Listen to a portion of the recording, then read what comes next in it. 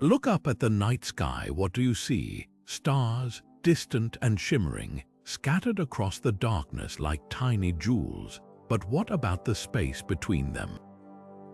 That vast, seemingly empty void, it's anything but empty. Imagine an invisible ocean stretching for light years, filled with clouds of gas so thin you could pass through them without noticing, yet they hold the raw materials of stars, planets, and even life itself. This is the interstellar medium, the hidden fabric of our galaxy, and it's one of the most fascinating mysteries of the cosmos. Think about it. Every star you've ever seen was born from this invisible sea. Every planet, every molecule in your body, every breath you've taken, it all traces back to this cosmic nursery. The interstellar medium isn't just empty space. It's the canvas on which the universe paints its grandest masterpieces. And within its delicate tendrils of gas and dust lie clues to some of the biggest questions we can ask. How do stars ignite? Could alien life be floating out there, hidden in these clouds? What happens when galaxies collide, sending shockwaves through this delicate cosmic web? We're about to take a journey into that hidden realm, diving deep into the science, the wonder, and the unanswered puzzles of the space between stars. This isn't just a story about distant gas clouds. It's about our origins, our place in the universe, and the breathtaking processes that shape everything around us. By the time we're done, you'll never look at the night sky the same way again. So let's begin, because the interstellar medium has secrets to share, and they're more incredible than you might imagine. Picture a cup of coffee left out overnight, how the steam rises and disappears into the air, leaving behind just a faint trace. Now scale that up to galactic proportions, and you've got the interstellar medium. It's the wispy, almost ghostly mix of gas, dust, and high-energy particles that fills the vast spaces between stars. At first glance, it seems empty, a vacuum more perfect than anything we could create on Earth. But look closer, and you'll find atoms drifting so far apart that a single cubic centimeter might hold just one or two. Yet across the unimaginable distances of space, those sparse particles add up to something extraordinary. Think of it like Earth's atmosphere, but stretched so thin it becomes almost invisible. If you could fly through it in a spaceship, you'd barely notice. No resistance, no swirling clouds, just an occasional atom brushing against your hull. But here's the magic. Despite its faintness, the interstellar medium is the lifeblood of the galaxy. It's where stars are born, where dying suns scatter their ashes, and where mysterious cosmic rays race at nearly the speed of light. To grasp just how sparse it is, imagine taking all the air in a packed stadium and spreading it across an area the size of a continent. That's the density we're talking about. Yet because space is so mind-bogglingly vast, this nothingness actually holds most of the galaxy's ordinary matter, just floating there, waiting to be pulled into the next generation of stars. And within those delicate clouds of gas and dust lie the blueprints for everything from blazing supergiants to tiny, rocky planets like our own. So while it might seem like empty space, the interstellar medium is more like a cosmic fingerprint, a silent record of where we've been and where we're going. Every atom in your body once drifted through these vast, invisible clouds, part of a cycle that's been turning for billions of years. And that's just the beginning of the story.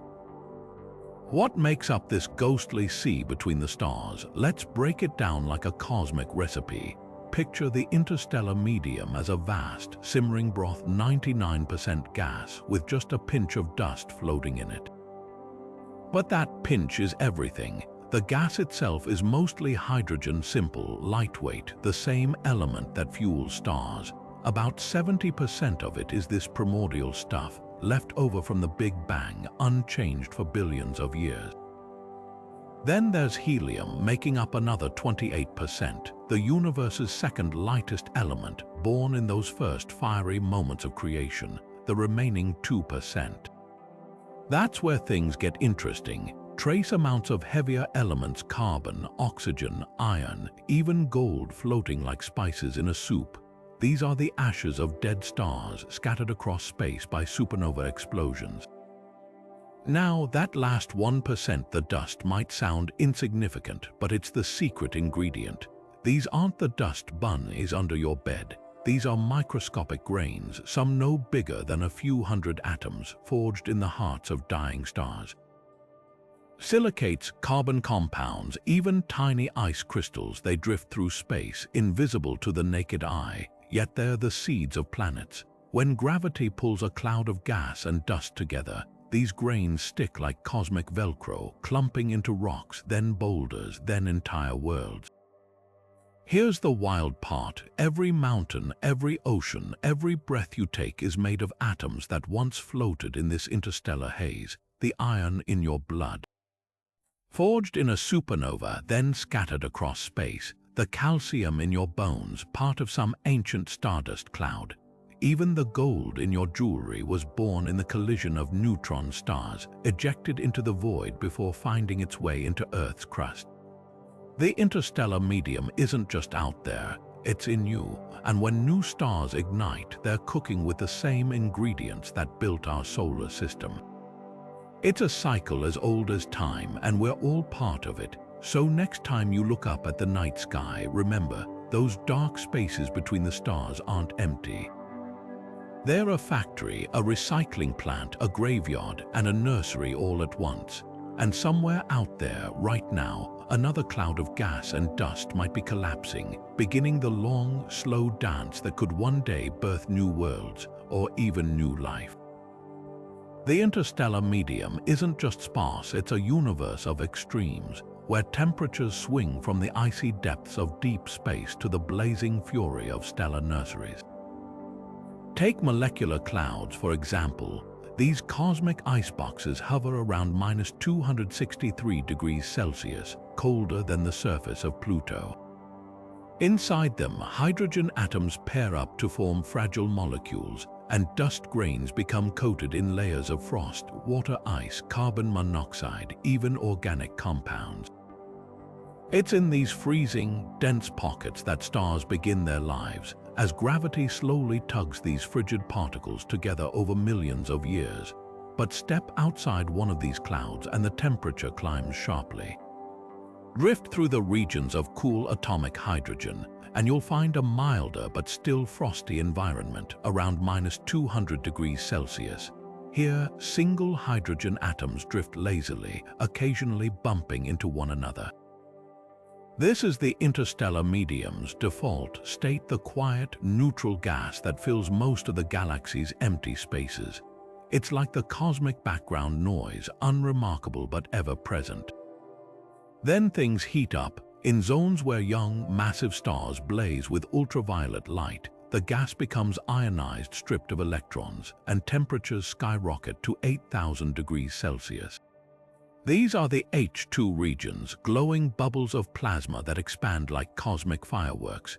The famous Orion Nebula is one such hotspot, where newborn stars flood their surroundings with energy, turning nearby gas into a luminous, seething broth. But even that pales in comparison to the interstellar medium's most extreme environments. Supernova explosions and colliding stellar winds create pockets of million-degree plasma, gas so hot it emits X-rays. These are the scars left behind by dying stars, where shockwaves rip through space, accelerating particles to nearly the speed of light. And yet, despite the violence, these ultra-hot regions are still part of the same delicate ecosystem.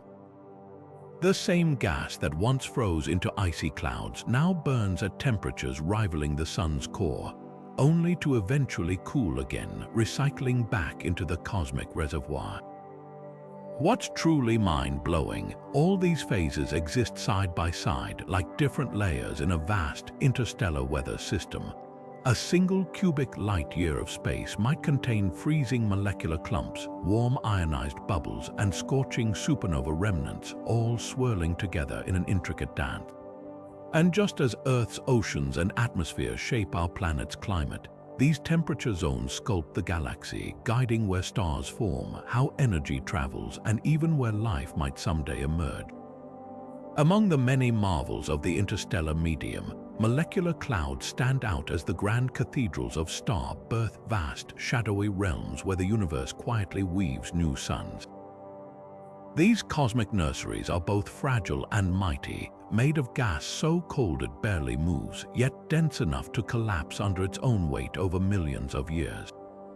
Picture the Orion Nebula, that glowing jewel in the night sky, its swirling tendrils illuminated by the fierce light of newborn stars. What you're seeing is just the surface, the outer layers of a molecular cloud that's been stirred awake by the very stars it created. Inside these clouds, temperatures plunge to near absolute zero, and hydrogen atoms huddle together to form fragile molecules. Dust grains, no larger than smoke particles, become coated in layers of ice, water, methane, even complex organic compounds. It's in these frozen cradles that gravity begins its slow work. A slight nudge, a passing shockwave from a distant supernova, or the gentle push of a spiral arm's rotation can tip the balance. The cloud starts to crumple, fragmenting into clumps that grow denser and hotter at their cores. As gravity tightens its grip, the center of each clump grows so dense that atoms collide with increasing frequency, sparking heat. What was once a diffuse, freezing haze becomes a seething protostar, drawing in more material from the surrounding cloud. The dust absorbs the growing heat, glowing faintly in infrared light, invisible to our eyes but captured by telescopes like Hubble and JWST. And then, when the core temperature hits 10 million degrees, hydrogen atoms begin fusing into helium. A star ignites, flooding its surroundings with light and radiation, carving out cavities in the cloud like a sculptor revealing a masterpiece. But the story doesn't end there. Leftover gas and dust swirl into disks around these young stars where grains collide and stick together, forming pebbles, then boulders, and eventually planets. The Orion Nebula alone holds hundreds of these fledgling solar systems in various stages of assembly. Some will spawn gas giants like Jupiter, while others may give rise to rocky worlds like Earth, each one carrying the chemical legacy of the cloud that birthed them. What's astonishing is how these clouds recycle themselves. The very stars they create will one day explode or shed their outer layers, enriching the interstellar medium with heavier elements: carbon, oxygen, iron, seeding the next generation of clouds. It's a cycle as old as the galaxy itself, and we're seeing it unfold in real time whenever we gaze at those glowing nebulae. So when you look at Orion's sword, you're not just seeing a pretty cloud of gas. You're witnessing the heartbeat of the cosmos, the endless rhythm of creation and transformation that shaped our own origins. Those specks of cosmic dust might seem insignificant, floating like forgotten crumbs between the stars, but they're the universe's master builders. Unlike the dust bunnies under your bed, these microscopic grains, no wider than a wavelength of light, are the architects of nebulas, the factories of molecules, and the foundation of planets. Picture a sunbeam streaming through a window, illuminating countless motes dancing in the air. That's exactly what happens in space, but on a galactic scale. When starlight hits these tiny particles, they scatter the light like celestial glitter, painting the sky with reflection nebulas, those ethereal blue halos around young stars such as the Pleiades cluster. But these grains do far more than just catch the light. Drifting through the freezing void, their jagged surfaces act as cosmic chemistry labs. Hydrogen atoms, too sparse to react on their own, latch onto dust grains, skittering across their icy coatings until they meet a partner. Simple molecules like water or carbon monoxide form in these frosty layers, then detach to float freely, seeding the interstellar medium with the building blocks of life. Some of these grains even contain complex organic compounds, the same ones found in meteorites that crash onto Earth. That means the ingredients for DNA might have hitchhiked here on space dust billions of years ago. Then there's their grand finale, planet building. In the swirling disks around newborn stars, these grains collide, stick together, and grow like rolling snowballs. Silicate particles clump into pebbles, carbon-rich grains form dark, sooty aggregates, and icy coatings glue them together.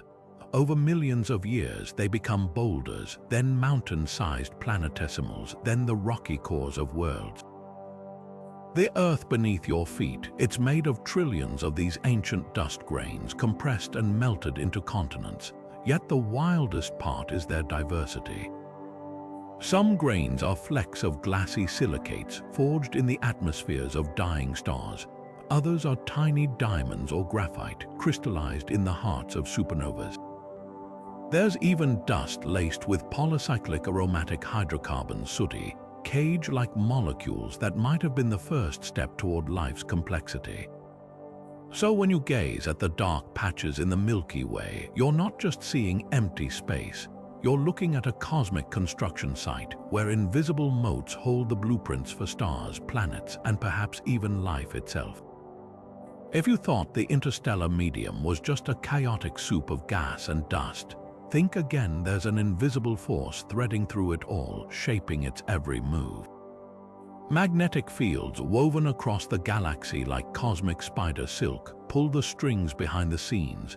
They're weak, far weaker than a fridge magnet, but over the vastness of space, their influence is staggering. Picture a river winding through a canyon, carving its path over millennia. Now replace the river with charged particles and the canyon with magnetic field lines, and you've got the interstellar medium's hidden architecture. These fields arise from the motion of ionized gas, stirred by the rotation of the galaxy itself. Like an endless dynamo, the Milky Way's spiral arms churn charged particles, generating fields that stretch for thousands of light years. And though they're invisible to the naked eye, we can see their fingerprints everywhere. Radio telescopes reveal them in the ghostly filaments of supernova remnants, where shockwaves compress and twist the fields into glowing ribbons. They're there in the delicate tendrils of the Veil Nebula, where magnetic pressure sculpts gas into intricate, lace-like patterns, but their real power lies in how they govern star birth. Inside molecular clouds, magnetic fields act like cosmic scaffolding, propping up vast structures against gravity's pull. Without them, clouds would collapse too quickly, spawning stars in a frantic burst. Instead, the fields slow the process, channeling gas into filamentary streams like rivers feeding a lake, the famous pillars of creation in the Eagle Nebula. Those towering columns are held together in part by magnetic tension, resisting the violent stellar winds trying to tear them apart. Here's where it gets wild. When a cloud finally collapses, the fields don't just vanish, they get wound up like a twisted rubber band. As the newborn star spins, it drags the magnetic lines with it, launching jets of material at near light speed. These jets, visible in young stellar objects like Herbig-Haro systems, punch through surrounding gas, carving out cavities and triggering new waves of star formation. It's a cosmic domino effect, all set in motion by those invisible threads, and the scale is mind-bending. Recent observations suggest the Milky Way's magnetic field might even guide the paths of cosmic rays' high-energy particles zipping through space. Like interstellar highways, these field lines funnel particles across the galaxy, shaping where they go and how they interact. Without them, the universe would be a very different place. No orderly star formation, no glittering nebulas, perhaps even no planets. So next time you gaze at the Milky Way, remember, what looks like random scatter is really a grand magnetic tapestry, one that's been weaving the story of the cosmos since the beginning. When a massive star reaches the end of its life, it doesn't fade quietly, it explodes with the energy of a billion suns, rewriting the chemistry of the cosmos in an instant. A supernova's shockwave tears through space at 30,000 kilometers per second, hurling newly forged elements like gold, platinum, and uranium into the void with the force of a cosmic shotgun blast. These shockwaves don't just destroy, they create, seeding the interstellar medium with the raw materials for planets, life, and even future stars. Take the Crab Nebula, the remnants of a star that erupted in 1054. Even today, nearly a millennium later, its shockwave still expands at 1,500 kilometers per second, a ripple in the fabric of space carrying enough iron to build 30,000 Earths. But the real magic happens where these waves collide with cold molecular clouds. Like a hammer striking an anvil, the blast compresses the gas, squeezing it until gravity takes over. In these dense, traumatized pockets, new stars flicker to life, children of destruction born from chaos. Here's the twist: without supernova, the universe would be stuck with just hydrogen and helium. Every atom heavier than iron in your body, the calcium in your bones, the zinc in your enzymes was forged in these violent deaths. Even the gold in your jewelry was likely born in the collision of neutron stars, a side effect of a supernova's aftermath. These explosions are the universe's alchemists, turning dying stars into cosmic recycling plants. But the shockwaves do more than spread ingredients, they sculpt entire galaxies. In star-forming regions like the Orion Nebula, overlapping supernova remnants create vast, frothy bubbles of hot gas, pushing surrounding material into intricate walls and pillars. Some of these structures, like the famous Barnard's Loop, stretch hundreds of light years, their glowing arcs tracing the paths of ancient explosions. And when shockwaves from multiple supernova converge, they can trigger starbursts, frenzied episodes of star birth that light up galactic cores. The interstellar medium isn't just a passive backdrop, it's a dynamic, ever-changing ecosystem shaped by the deaths of stars. Each supernova is both an ending and a beginning, scattering the seeds of tomorrow's solar systems while igniting the spark of new ones. So when you look at a nebula's delicate tendrils, remember, you're seeing the aftermath of a celestial explosion that might one day give rise to planets or even life itself. The space between stars isn't just calm and empty, it's a dynamic battlefield shaped by relentless stellar winds and titanic explosions. Picture the sun not as a quiet orb, but as a cosmic lighthouse, blasting a stream of charged particles in all directions at nearly 1,000,000 miles per hour. This solar wind carves out a protective cocoon around our solar system, pushing against the surrounding interstellar medium like an invisible force field. But we're not alone in this. Every star in the galaxy does the same. And when you combine their efforts with the shockwaves from supernova, something extraordinary emerges, vast, shimmering bubbles of hot gas stretching hundreds of light years across. Take the local bubble, our cosmic neighborhood. About 10 million years ago, a series of supernova erupted nearby, their shockwaves sweeping up gas and dust like a snowplow clearing a highway. The result, a cavernous region of sparse million-degree plasma, roughly 300 light-years wide, with our solar system drifting near its center. From the outside, it looks like a blister on the skin of the galaxy, a fragile pocket of emptiness in an otherwise dense sea of gas, but inside, it's anything but quiet. The walls of this bubble glow faintly in X-rays, a testament to the violent forces that shaped it, and new stars are forming along its edges, compressed by the expanding shock front like cosmic origami. These bubbles aren't rare, they're the galaxy's architecture. The Orion Eridanus superbubble, for example, is a sprawling structure over 1,000 light-years wide, sculpted by the winds of massive stars and the deaths of others.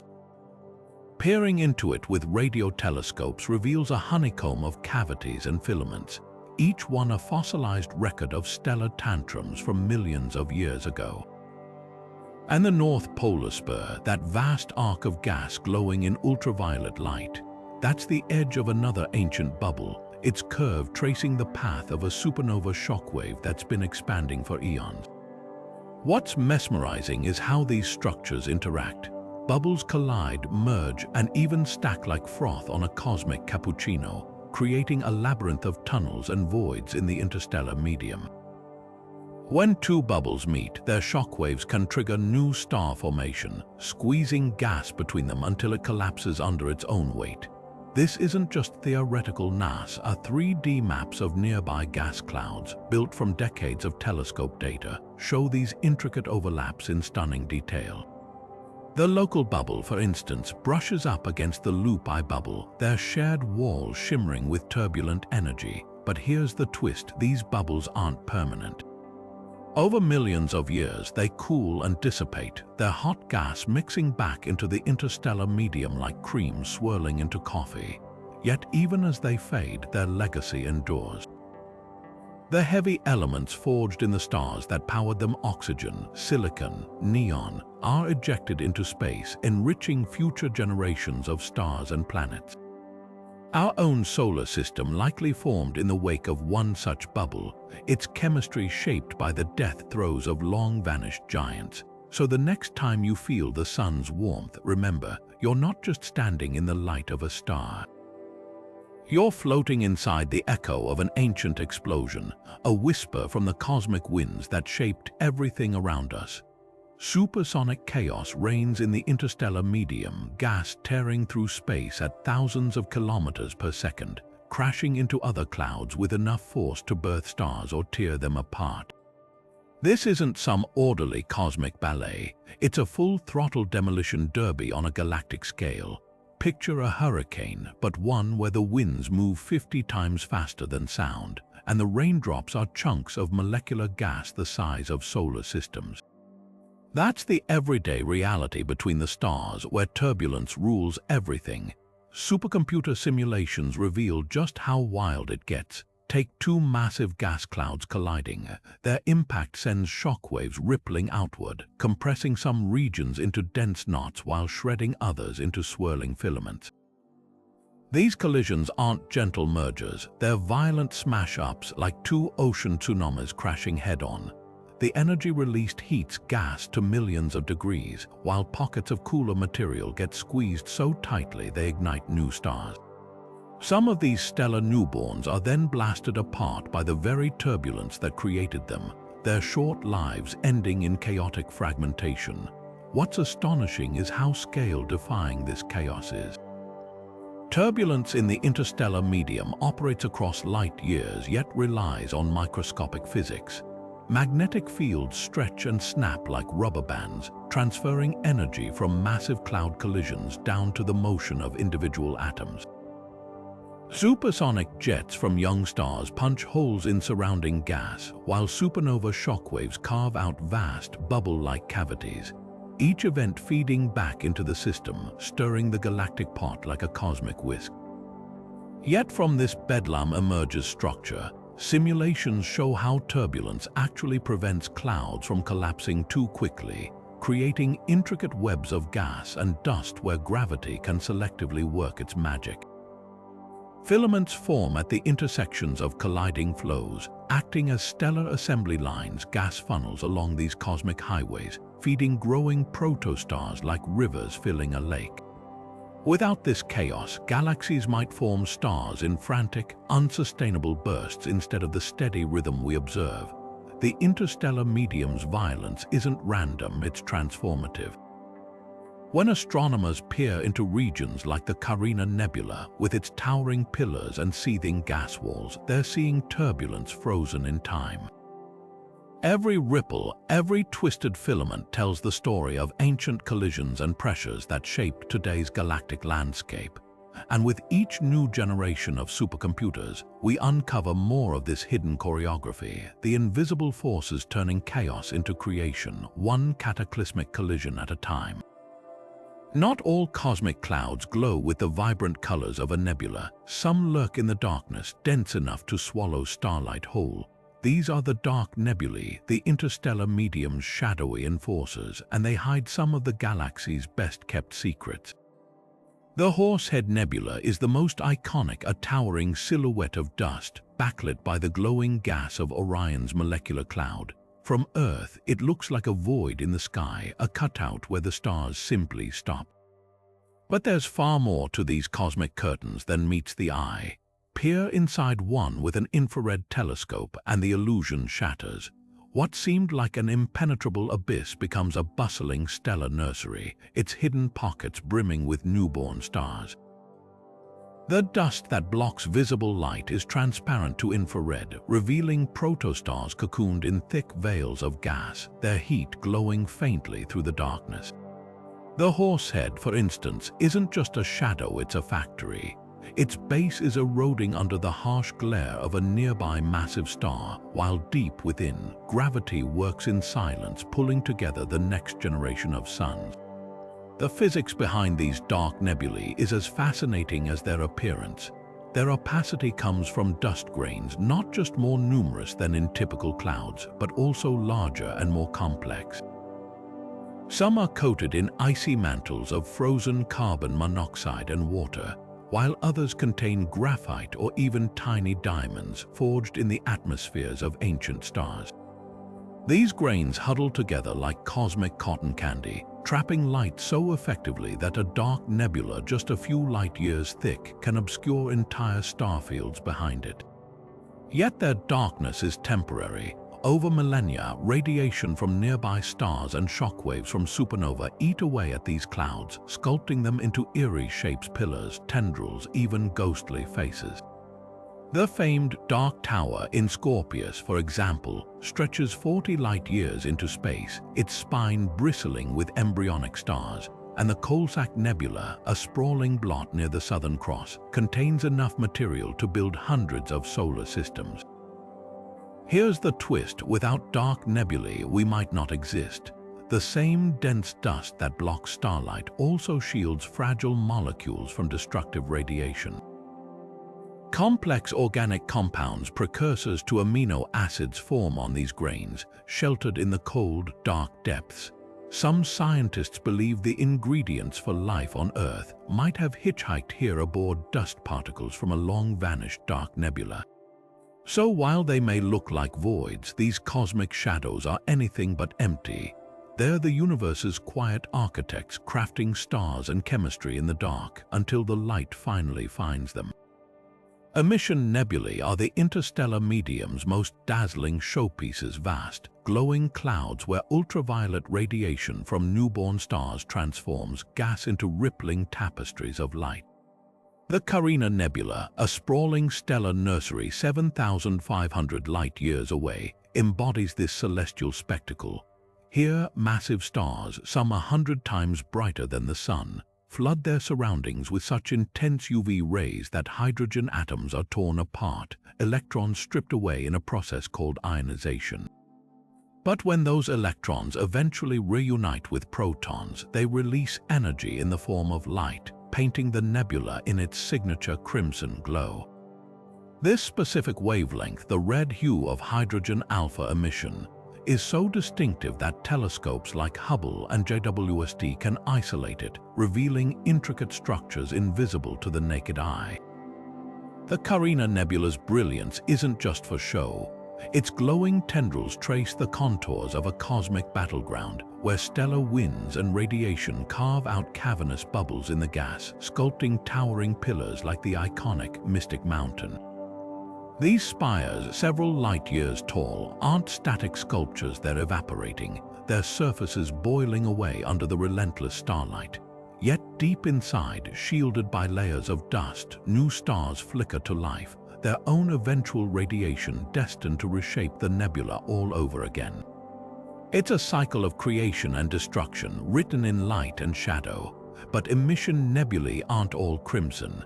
Oxygen atoms, also ionized by starlight, emit a cool blue-green glow, while sulfur contributes subtle gold tones. The Omega Nebula, for instance, looks like a celestial watercolor, its palette revealing the exact elements present in the gas. By studying these colors, astronomers decode the chemical makeup of distant clouds, uncovering the abundance of heavier elements scattered by long-dead stars. What's astonishing is how ephemeral these glowing clouds are. Unlike the 1,000 light-year spans of molecular clouds, emission nebulae last mere millions of years, a cosmic blink. Their fate hinges on the very stars that light them up. As those stars age and explode, their shockwaves will disperse the gas, extinguishing the glow and scattering the material into the interstellar medium. But for now, they remain the universe's most vibrant billboards, broadcasting the ongoing drama of star birth across the cosmos. While emission nebulae glow with their own fiery light, reflection nebulae offer a subtler kind of magic, cosmic mirrors scattering starlight like diamonds cast across velvet. The Pleiades cluster, that glittering handful of stars in Taurus, is wreathed in such a nebula, its blue haze resembling Earth's daytime sky. But there's no sunlight here, just starlight bouncing off dust grains finer than cigarette smoke, each one a microscopic prism redirecting light across the void. The physics is surprisingly familiar. Sunlight turns our sky blue by scattering off nitrogen and oxygen molecules, while the Pleiades' glow comes from starlight ricocheting off interstellar dust. The difference: these cosmic dust grains are 1,000 times larger than air molecules, yet the effect is eerily similar, painting the cosmos in ethereal cerulean. Not all reflection nebulae are blue, though. Their hue depends on the color of the star illuminating them. Hot, young stars like those in the Pleiades shine blue-white, so their surrounding dust mirrors that tone. But near cooler stars, reflection nebulae can take on golden or even reddish tints. The Witch Head Nebula, for instance, reflects the blue light of Rigel in Orion, stretching across space like a ghostly silhouette. Meanwhile, the Merope Nebula, part of the Pleiades complex, shifts tones depending on the angle, sometimes blue from scattered light, elsewhere ruddy where dust absorbs shorter wavelengths. It's a cosmic chameleon, changing its appearance based on geometry and the observer's vantage point. What makes these dust grains such perfect mirrors? Their size is key, typically around 0.1 microns, comparable to the wavelength of visible light. When starlight hits them, shorter blue wavelengths scatter more efficiently, just as they do in Earth's atmosphere. But unlike our sky, where molecules are evenly distributed, interstellar dust clumps into intricate filaments and tendrils. High-resolution images from telescopes like Hubble reveal these structures in stunning detail, delicate veils wrapping around stars, their shapes sculpted by stellar winds and magnetic fields. The real surprise: reflection nebulae aren't just bystanders. Their dust grains act as cosmic refrigerators, radiating heat away into space and cooling nearby gas. This chilling effect can trigger gravitational collapse in molecular clouds, nudging pockets of gas toward star formation. So while they may seem like passive ornaments, these shimmering blue clouds are active players in the galaxy's life cycle, cradles in disguise, where scattered light whispers the first chapter of a star's story. Gaze at the Pleiades long enough and you'll notice something uncanny. The nebula isn't centered on the brightest stars. Instead, it clings to fainter siblings, outlining their positions like celestial highlighter. That's because the most massive stars blast away nearby dust with their fierce radiation, while their smaller cousins retain these dusty shrouds. It's a fleeting phase. Within a few million years, even these reflection nebulae will dissipate, their dust either blown away or clumped into planets. For now, though, they offer us a rare glimpse of starlight's dance with dust, a waltz written in shades of blue, fading as quickly as it began. Perhaps the most poetic detail lies in the dust itself, silicate and carbon grains forged in the depths of ancient stars. Every photon bouncing off these particles carries echoes of stellar ancestors, their remnants now reflecting the light of their descendants. So when you see that pale blue glow around the Pleiades, you're not just seeing scattered light. You're witnessing a cosmic inheritance, a celestial heirloom passed down across generations of stars. When a star like our Sun reaches the end of its life, it doesn't go out with a bang, but with breathtaking beauty. Imagine a cosmic hourglass where a dying star sheds its outer layers in shimmering waves, expanding into space like a glowing soap bubble. These are planetary nebulae, named by early astronomers who mistook their round shapes for distant planets, but in reality, they're stellar farewell letters written in light. The Ring Nebula is one of the most famous, its jewel-like loop floating in the constellation Lyra like a celestial engagement ring. Yet what we're witnessing isn't just a pretty light show. It's the star's final act of cosmic recycling and the interstellar medium's next paycheck. For billions of years, stars like ours fuse hydrogen into helium in their cores.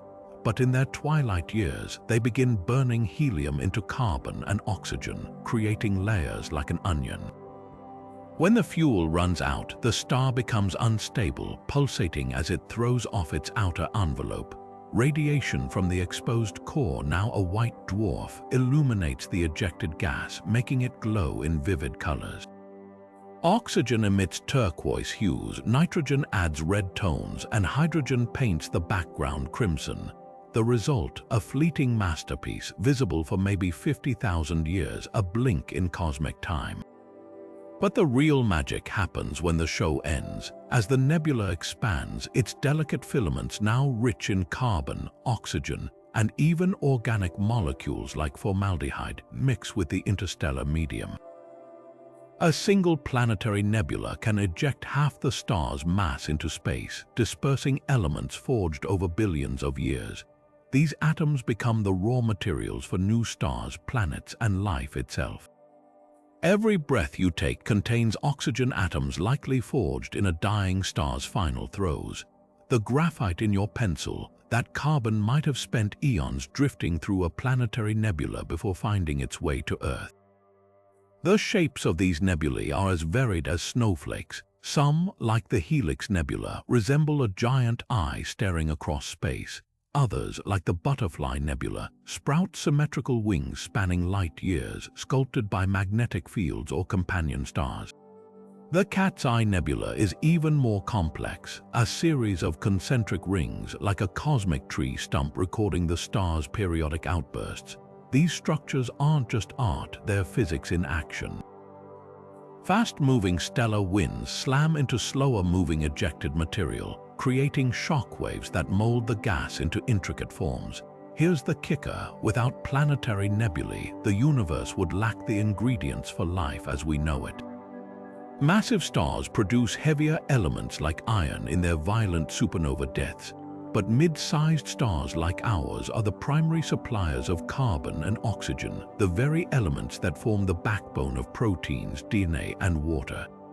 When the ring nebula's glow fades, its enriched gas will drift until gravity pulls it into a new molecular cloud. There, mixed with dust and hydrogen, it might become part of another star's planetary system, perhaps one with rocky worlds, oceans, and even beings who'll someday look up and wonder about the origins of their own atoms. So while they may mark an ending, planetary nebulae are also beginnings. They're the universe's way of turning stardust into life, ensuring that even in death, a star gives birth to tomorrow's possibilities. And somewhere out there right now, another sun-like star is entering its final chapter, preparing to paint the cosmos with its luminous last words. The universe runs on recycling, a grand billion-year program where nothing goes to waste.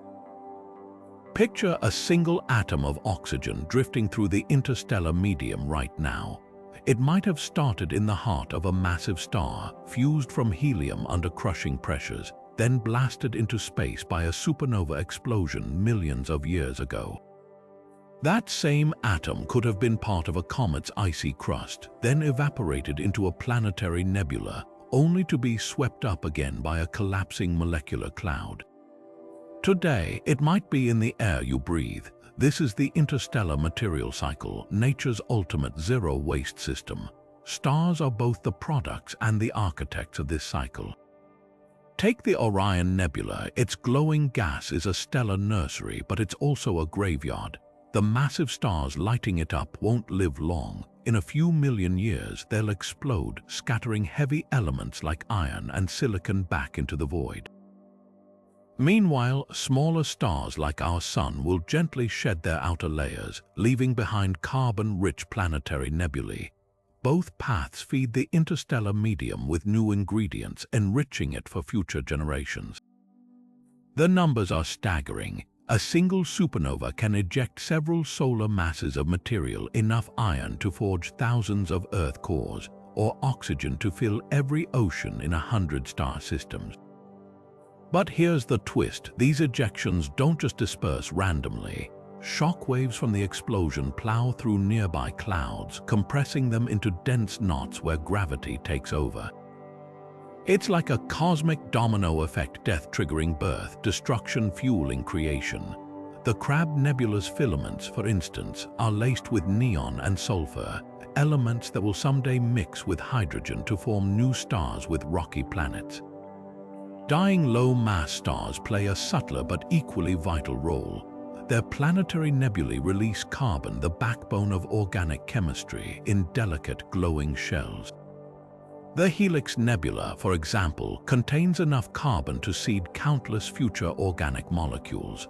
Over billions of years, these gentle giants have turned the interstellar medium into a reservoir of life's building blocks. Even dust grains have their part to play. Supernova and red giants spew microscopic particles of silicates and graphite into space, where they act as cosmic refrigerators.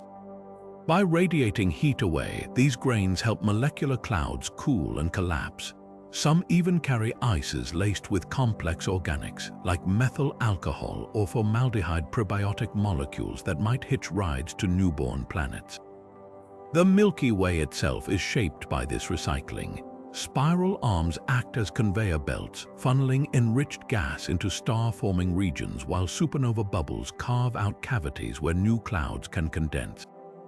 Our solar system likely formed in such a bubble, its planets forged from stardust that once belonged to long-dead stars. This cycle isn't just history, it's happening right now. Somewhere in the galaxy, a star is exhaling its last breaths while another ignites from the ashes. The interstellar medium isn't just space, it's the universe's bloodstream, carrying the elements of life across the cosmic deep. Your body is proof. Every atom in your hands, your eyes, your thoughts, all of it was once part of this endless starry dance. Deep in the interstellar medium, an invisible storm rages, particles hurtling through space at nearly the speed of light, carrying enough energy to punch through solid lead. These are cosmic rays, the interstellar medium's ultimate adrenaline junkies, and their origins are as violent as they are spectacular. When a massive star explodes as a supernova, its shockwave doesn't just blast debris outward, it becomes nature's most powerful particle accelerator. Imagine a wave surging through the ocean, but instead of water, it's a wall of plasma moving at 30,000 kilometers per second. Protons and atomic nuclei get caught in this supersonic turbulence, ricocheting back and forth across the shock front like pinballs. Each collision steals energy from the wave's motion, boosting the particles to velocities so extreme they rival the beams in human-made accelerators like the Large Hadron Collider. What's astonishing is the scale. A single supernova can crank protons up to 99.9% light speed over several light years, launching them into the galaxy like cosmic bullets. The Crab Nebula's pulsar, for instance, channels its spin energy into a relentless particle wind, electrons whirling so fast they emit the nebula's eerie blue glow. But protons, being heavier, pack even more punch. When these high-speed projectiles collide with slower-moving gas in the interstellar medium, they trigger cascades of secondary particles and gamma rays, creating a radioactive haze that permeates the entire Milky Way. Here's where it gets real for future spacefarers. Earth's atmosphere and magnetic field shield us from the worst of this radiation, but out in deep space, cosmic rays pose a deadly challenge. A single high-energy proton can shred DNA like a microscopic cannonball, raising cancer risks for astronauts on long voyages. NASA's Curiosity rover measured these rays during its trip to Mars. Even inside a shielded spacecraft, radiation levels were double those on the International Space Station. For a crewed mission to Alpha Centauri, the exposure could be lethal without revolutionary shielding. Yet cosmic rays aren't just hazards, they are also cosmic messengers. By analyzing their paths and energies, scientists trace the invisible architecture of the interstellar medium. Some particles zigzag through galactic magnetic fields for millions of years before reaching Earth, their twisted paths hinting at the strength and shape of those unseen forces. Others carry rare isotopes like lithium-6, forged in supernova or even more exotic events like neutron star mergers. When one of these particles finally strikes Earth's atmosphere, it creates a shower of secondary particles that detectors like the Pierre Auger Observatory can unravel like forensic evidence. The wildest twist, some cosmic rays might not even come from our galaxy. The highest energy particles ever detected pack the kinetic energy of a fast-pitched baseball into a single proton. These ultra-high-energy cosmic rays likely originate from active galactic nuclei or colliding galaxy clusters, where black holes and shockwaves dwarf anything in the Milky Way. They're so powerful that the interstellar medium can't contain them. They barrel through gas clouds like freight trains through fog, barely slowing down. So while the interstellar medium seems serene, it's seething with this invisible frenzy, a perpetual storm of particles that shapes everything from star formation to human exploration. Every second, hundreds of these rays zip through your body, silent reminders that space is anything but empty. They're the galaxy's way of turning destruction into motion, death into energy, and chaos into a roadmap we're just beginning to decode.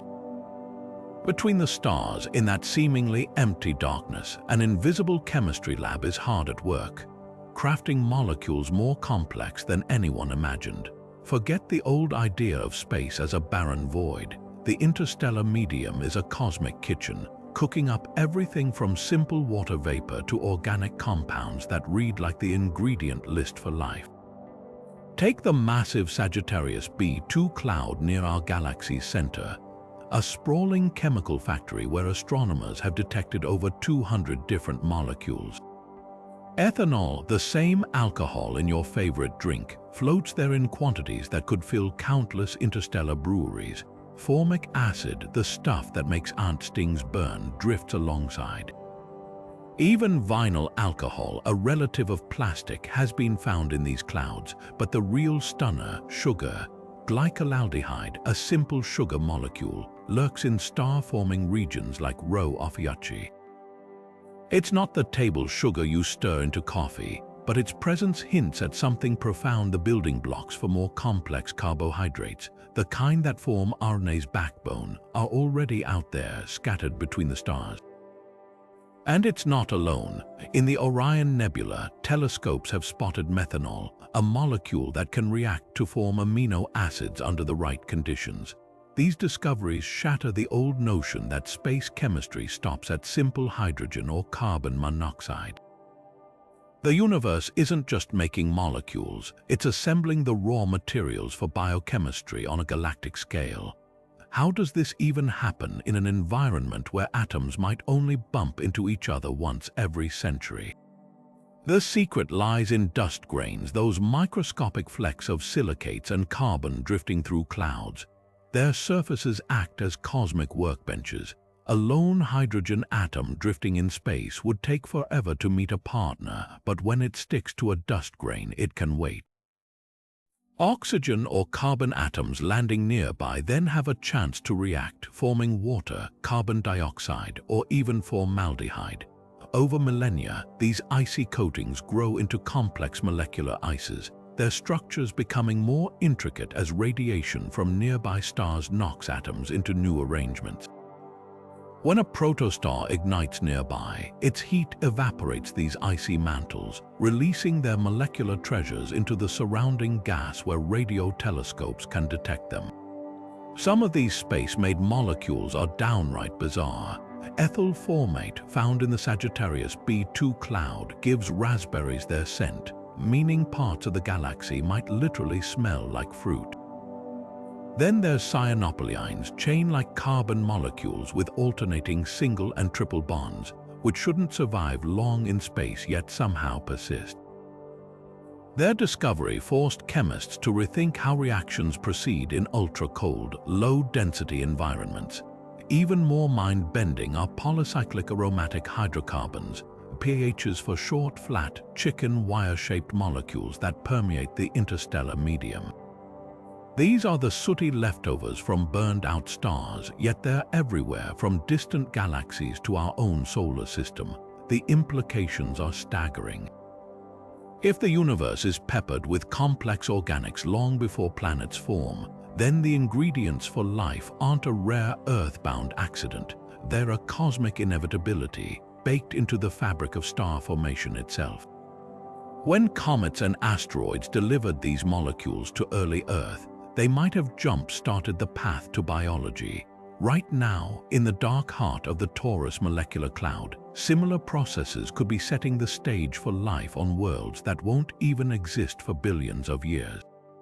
So next time you sip a drink sweetened with sugar or smell the sharp tang of alcohol, remember the universe has been mixing these same cocktails for eons, long before life stirred in its dark molecular clouds.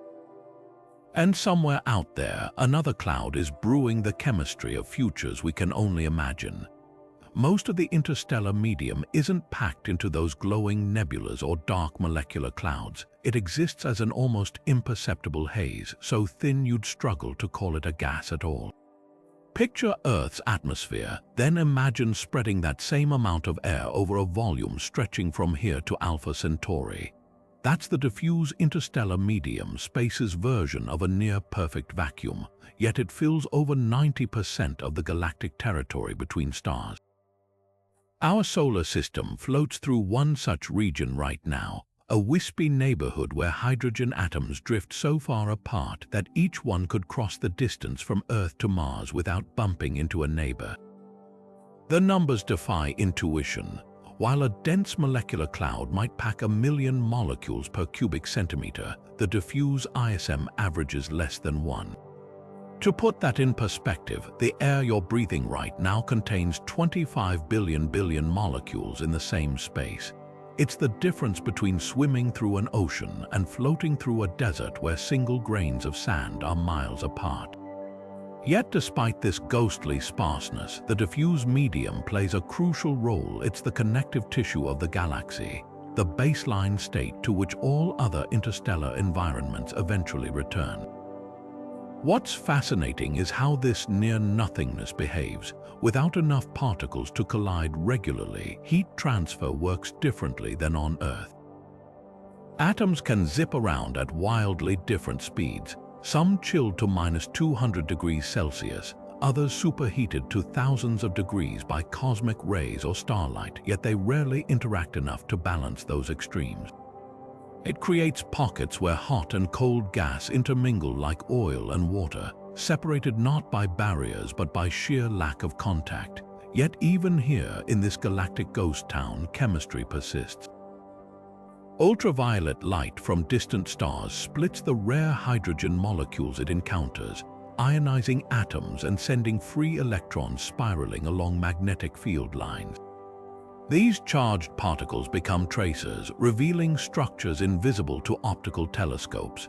Radio astronomers map them by detecting the faint 21-centimeter line, a specific wavelength emitted when hydrogen's single electron flips its spin orientation. It's how we know the diffuse ISM isn't uniform. It's frothy, with bubbles of hot gas carved out by ancient supernova and filaments of cooler material weaving between them. The real magic happens at the boundaries, where diffuse gas piles up pressed together by spiral arms or supernova shocks. It gradually thickens into those star-forming clouds we admire in telescope images. Think of it like Earth's water cycle, but with atoms instead of raindrops. The diffuse medium is the vapor waiting to condense, while molecular clouds are the storm systems where new stellar lives begin. And just as evaporated water eventually returns to the oceans, those clouds will someday dissipate, their material blending back into the galactic haze until gravity pulls it together once more. So while it might seem insignificant next to the Orion Nebula's blaze or the Horsehead silhouette, the diffuse interstellar medium is the silent foundation of everything. It's the canvas on which the galaxy paints its most spectacular sights, the reservoir feeding future generations of stars, and the echo of every cosmic explosion that came before.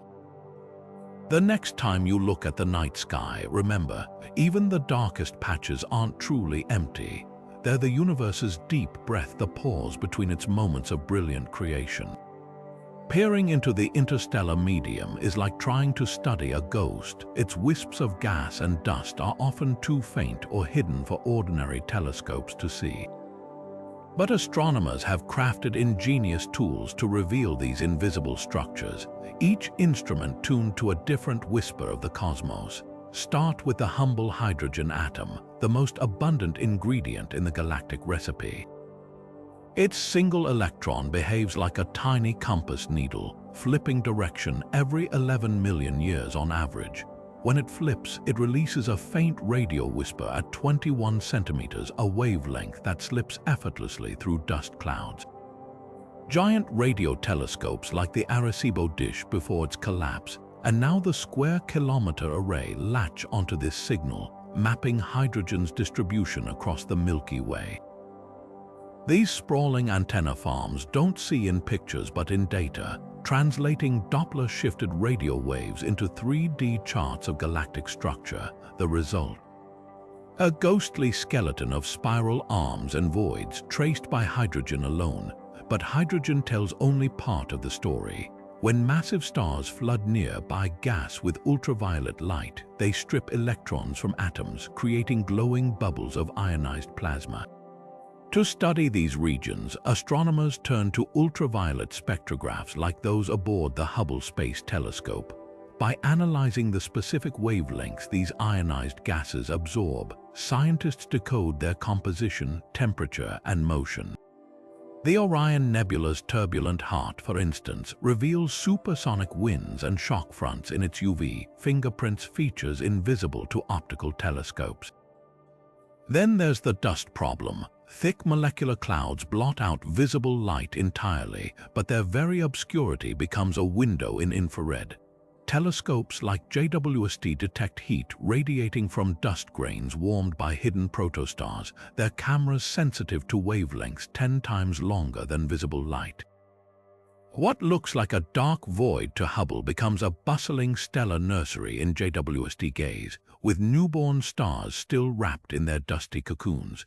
Even simple molecules like carbon monoxide emit faint infrared signatures, allowing astronomers to weigh invisible gas clouds by their molecular tremors. The most extreme environments demand X-ray vision. When supernova shockwaves heat gas to millions of degrees, they emit high-energy X-rays detectable by instruments like Chandra. These piercing photons reveal the interstellar medium's violent underbelly, bubbles of scorching plasma expanding into space, their edges shearing through cooler clouds like a cosmic blowtorch. Without X-rays, we'd miss half the drama, the titanic collisions between stellar winds, the invisible frontiers where hot and cold gas wage eternal war. Yet no single tool tells the whole story. Just as doctors combine X-rays, blood tests, and MRIs for a full body scan, astronomers stitch together radio, infrared, UV, and X-ray data to reconstruct the ISM's full complexity. The ALMA array in Chile, for instance, peers into star-forming clouds with millimeter-wave precision, spotting planet-forming disks around infant stars.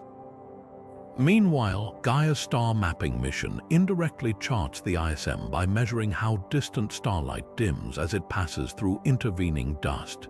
The interstellar medium refuses to give up its secrets easily.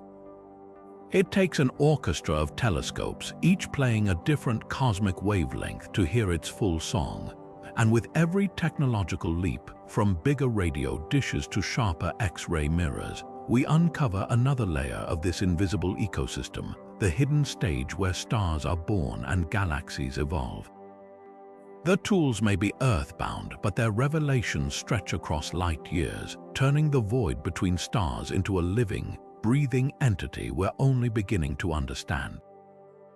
Right now, our solar system is sailing through a vast, wispy river of gas, one so diffuse you'd never know it was there without precise instruments. This is the local interstellar cloud, a 30-light-year-wide bubble of slightly denser material, where hydrogen atoms drift at just 1/10 the density of Earth's best laboratory vacuum. Picture floating through a fog so thin that each breath would contain only a few dozen molecules, yet across interstellar distances, this faint haze becomes tangible. What makes this cloud extraordinary isn't its composition but our place within it. For the past 60,000 years, the sun's motion has carried us through this region, and for the next 10,000 we'll remain immersed in its barely there embrace. The real-time proof comes from two interstellar pioneers, Voyager 1 and Voyager 2. After 46 years of travel, these spacecraft have finally pierced the heliosphere, the protective magnetic bubble inflated by the sun's solar wind, and entered the cloud's outermost fringes. Their instruments now taste the interstellar medium directly, detecting subtle increases in galactic cosmic rays and shifts in plasma density. The data reveals a surprising truth: our local cloud isn't uniform. It's threaded with filaments of slightly denser gas, like currents in a celestial river, each carrying traces of supernova that exploded millions of years ago. But here's the twist: this cloud isn't our permanent home. The sun is actually drifting towards something called the G cloud, a neighboring region of slightly hotter, denser gas near the Alpha Centauri system. In about 50,000 years, we'll leave the local interstellar cloud behind, crossing a boundary astronomers call the helium wall, where the two clouds intermingle. These transitions leave subtle fingerprints in the isotopic composition of meteorites, proving our solar system has cycled through multiple interstellar environments over its 4.5 billion-year history. What does this mean for Earth? Surprisingly, these shifts may influence our climate. When the solar system traverses denser cloud regions, the increased external pressure can compress the heliosphere, potentially allowing more cosmic rays to reach our planet. Some scientists speculate this could affect cloud formation or even mutation rates in DNA, though the evidence remains debated. For now, though, we're in a relatively quiet neighborhood, shielded by the heliosphere as it plows through the local cloud like a ship's bow cutting through calm waters.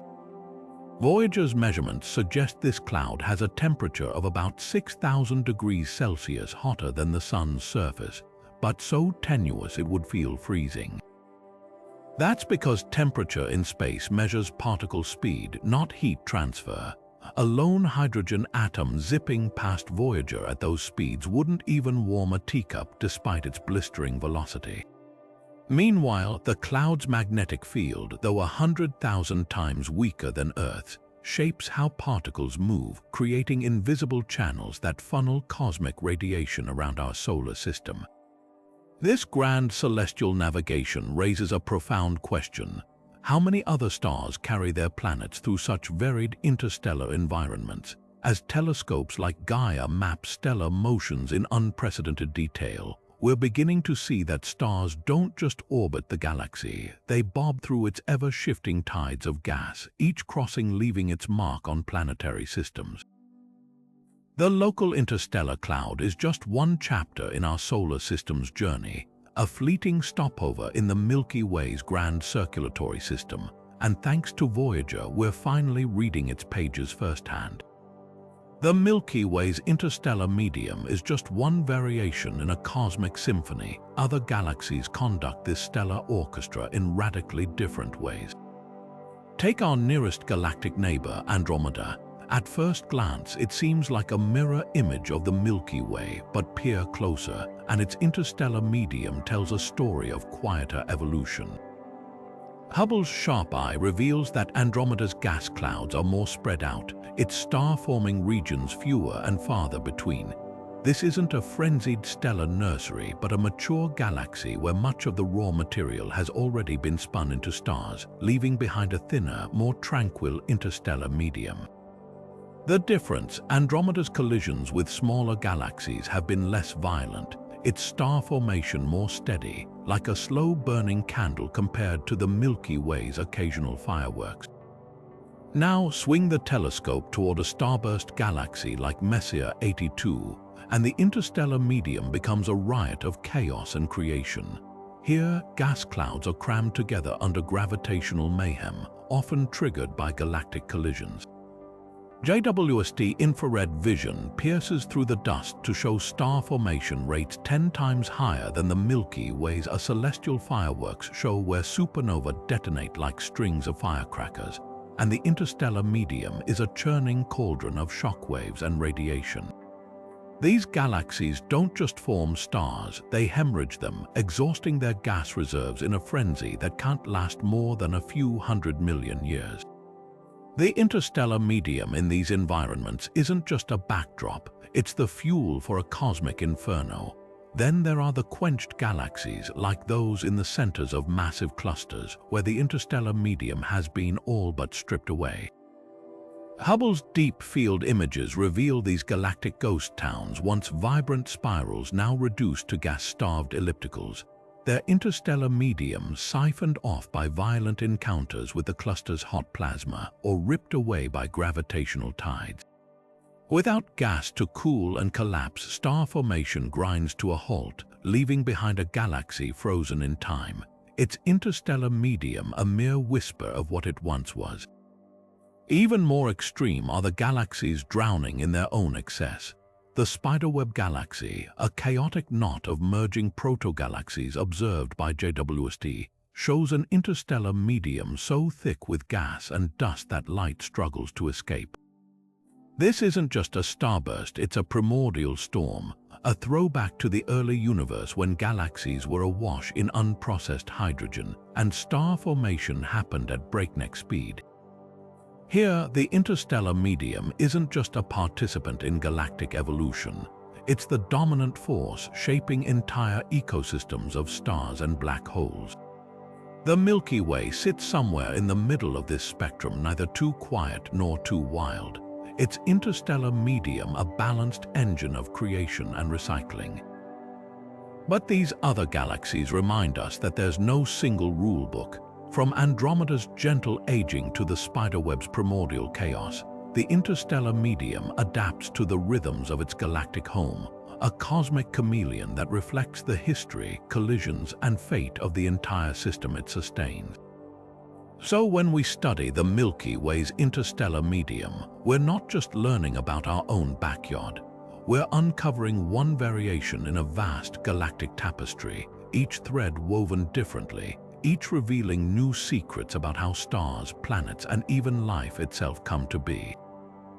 And with every new image from Hubble or JWST, that tapestry grows richer, showing us just how diverse and how strangely familiar the universe's building blocks can be. Across billions of years, the interstellar medium acts as both the sculptor and the substance of galaxies, its slow transformation determining whether a galaxy blazes with youthful star clusters or fades into a dim relic of its former glory. Picture a cosmic hourglass where the sands of gas and dust steadily drain from one chamber to another. As stars form, they lock away vast quantities of raw material, converting hydrogen into helium and heavier elements within their cores. But unlike an hourglass, this process isn't one way. Supernova and stellar winds return enriched material to the void, replenishing the interstellar medium with the seeds of future generations. This delicate balance between consumption and rebirth dictates a galaxy's very lifespan. Take the Milky Way as it stands today, a grand spiral still rich with star-forming clouds, yet showing signs of gradual exhaustion. Over the past 10 billion years, our galaxy has converted nearly half its original interstellar gas into stars. The rate isn't constant, though. Look back to the cosmic noon, around 8 to 10 billion years ago, when galaxies like ours were forming stars 10 times faster than they do now. Back then, vast reservoirs of primordial hydrogen flooded galactic disks, fueling starbursts that lit up the early universe. Today, the Milky Way's star formation has slowed to a trickle, not because the mechanisms have failed, but because the raw materials have grown scarce. The interstellar medium has thinned, its densest clouds already spent, yet some galaxies face far more dramatic fates. Consider the massive ellipticals lurking at the centers of galaxy clusters. These red and dead giants exhausted their gas supplies billions of years ago, their interstellar medium stripped away by violent encounters or superheated by central black holes. Without fresh materials, star formation grinds to a halt, leaving behind a galaxy frozen in time.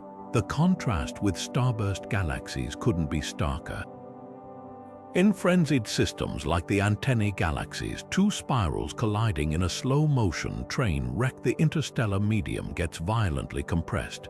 Gravity molds gas into dense knots, igniting a firestorm of star birth so intense it could deplete the entire gas reserve in just a few 100 million years.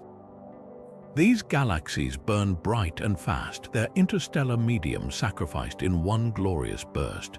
The Milky Way walks a middle path, neither starving nor gluttonous, thanks to a self-regulating cycle. Supernova from massive stars churn the interstellar medium, preventing it from collapsing too efficiently. Smaller stars, like our Sun, return material gently through planetary nebulae, enriching the galaxy with carbon and oxygen. Even the galactic fountain effect plays a role. Supernova explosions launch gas high above the disk, where it cools and rains back down, sustaining the cycle.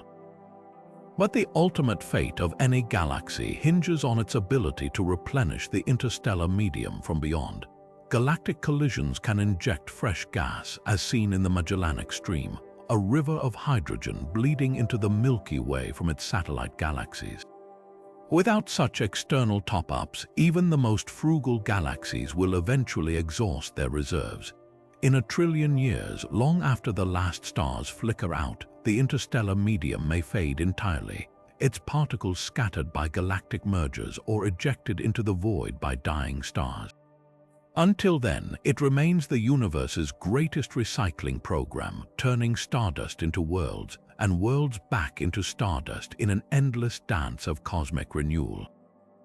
Speeding through the interstellar medium at even a fraction of light speed turns its wispy gas into a deadly hailstorm.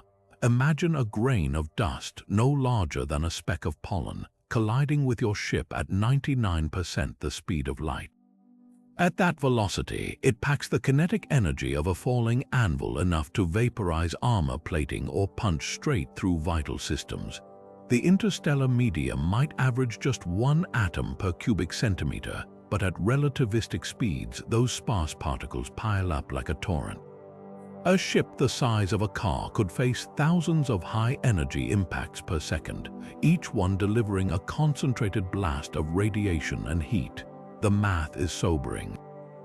Even in the local interstellar cloud, where gas is thinner than Earth's best laboratory vacuums, traveling at 0.99 light speed would expose your hull to a constant barrage. Hydrogen atoms themselves become dangerous, striking with enough force to act like particle radiation, slowly eroding surfaces and damaging electronics.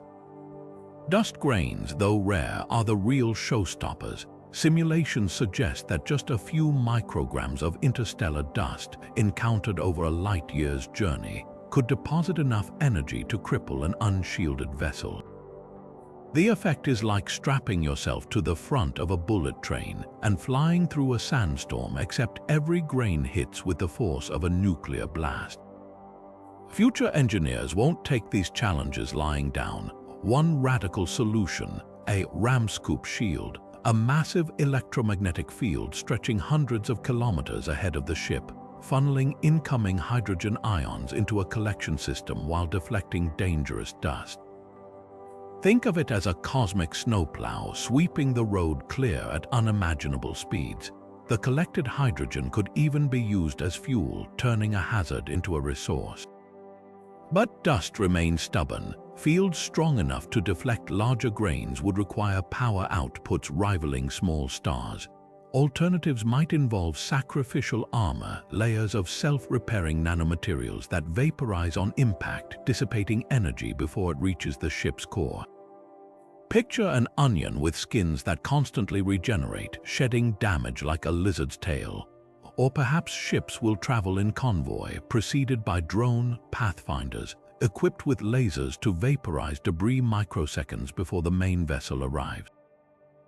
These aren't just sci-fi dreams. Labs are already testing ultra-thin graphene shields that can absorb hypervelocity impacts, while fusion researchers grapple with plasma fields that deflect charged particles, a technology that could double as a cosmic bumper. The strangest twist, the interstellar medium itself might offer clues. Some nebulae contain regions where dust grains are mysteriously aligned by magnetic fields, creating natural lanes of clearer space. Future navigators could plot courses through these cosmic tunnels, minimizing collisions. It's a reminder that space isn't just an obstacle course, it's a puzzle, waiting to be decoded by engineers as ingenious as the universe itself. So while the void between stars seems empty, crossing it at speed demands respect. Every atom becomes a bullet, every dust mote a potential crisis. But where there's danger, there's also ingenuity, and the ships that finally breach these barriers will owe their success to the same interstellar medium they're fighting to survive. Scanning the cosmos for alien signals isn't just about pointing antennas at stars. It's a high-stakes game of cosmic telephone, where the interstellar medium holds all the static-filled cards. Picture a radio transmission racing across light years, its carefully crafted message of greeting or warning from an alien civilization. By the time those waves reach us, they've battled through a gauntlet of hydrogen clouds, magnetic fields, and free electrons, each one capable of twisting, smearing, or even erasing the signal entirely. The challenge for SETI isn't just finding a needle in a haystack, it's reconstructing that needle after a tornado has scattered its pieces. Hydrogen, the universe's most abundant element, is the biggest eavesdropper. Floating between stars as lone atoms, it absorbs and re-emits specific radio frequencies, most notably the 21-centimeter line, the same wavelength astronomers use to map galactic structure. This creates natural dead zones in the radio spectrum where signals get swallowed.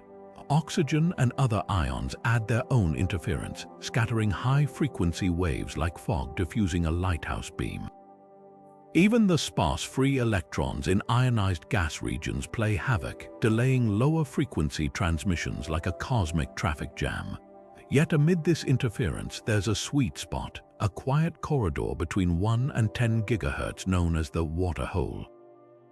Here, background noise from the galaxy and the interstellar medium drops to a murmur, bracketed by the hydrogen line at 1.4 gigahertz and the hydroxyl line at 1.7. It's no accident these frequencies correspond to the natural emission lines of water's components, making them a tantalizing choice for civilizations wanting to be heard. Like sailors using lighthouses to navigate stormy coasts, alien civilizations might logically anchor their broadcasts in this spectral calm, but static isn't the only distortion. The Faraday effect, where interstellar magnetic fields rotate a signal's polarization, can scramble encoded information, turning a crisp digital transmission into mush. Pulsars, nature's precision radio beacons, demonstrate this dramatically. Their polarized pulses twist noticeably after traversing just a few thousand light-years of magnetized gas. For SETI researchers, this means any detected signal might need cosmic, detangling, advanced algorithms to reverse the interstellar medium's fingerprints. The most promising signals could be those engineered to fight back against distortion. An advanced civilization might embed error-correcting codes, repeat key sequences, or even use multiple frequencies simultaneously, the cosmic equivalent of shouting through a hurricane while waving flares. Some theorists suggest looking for pulses compressed into ultra-narrow time windows, minimizing exposure to interstellar scattering. Others propose hunting for signals piggybacking on natural cosmic lighthouses, like pulses timed to arrive just after a pulsar's flash, using the neutron star as a calibration point. Ironically, the interstellar medium that obscures signals might also betray alien technology.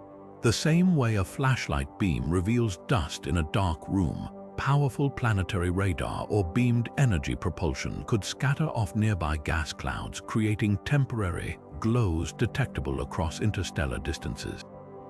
Projects like Breakthrough Listen now scan not just for deliberate messages but for these accidental signatures, the cosmic equivalent of catching a neighbor's Wi-Fi bleed. So while the interstellar medium complicates the search, it also sharpens the strategy.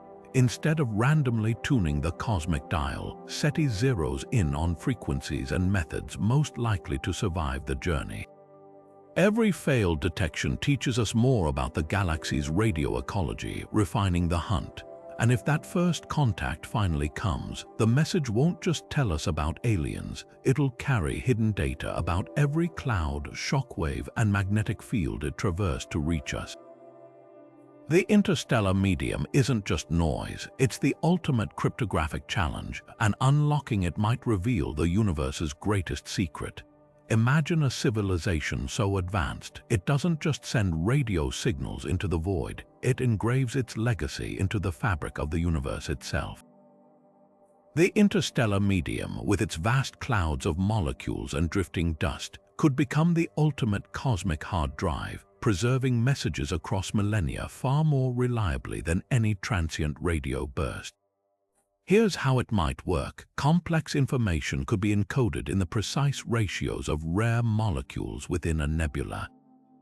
Just as ancient humans used patterns of stones or carvings to record stories, an advanced species might manipulate the distribution of organic compounds, stacking polycyclic aromatic hydrocarbons like cosmic punch cards or arranging isotopic variations in carbon monoxide as binary.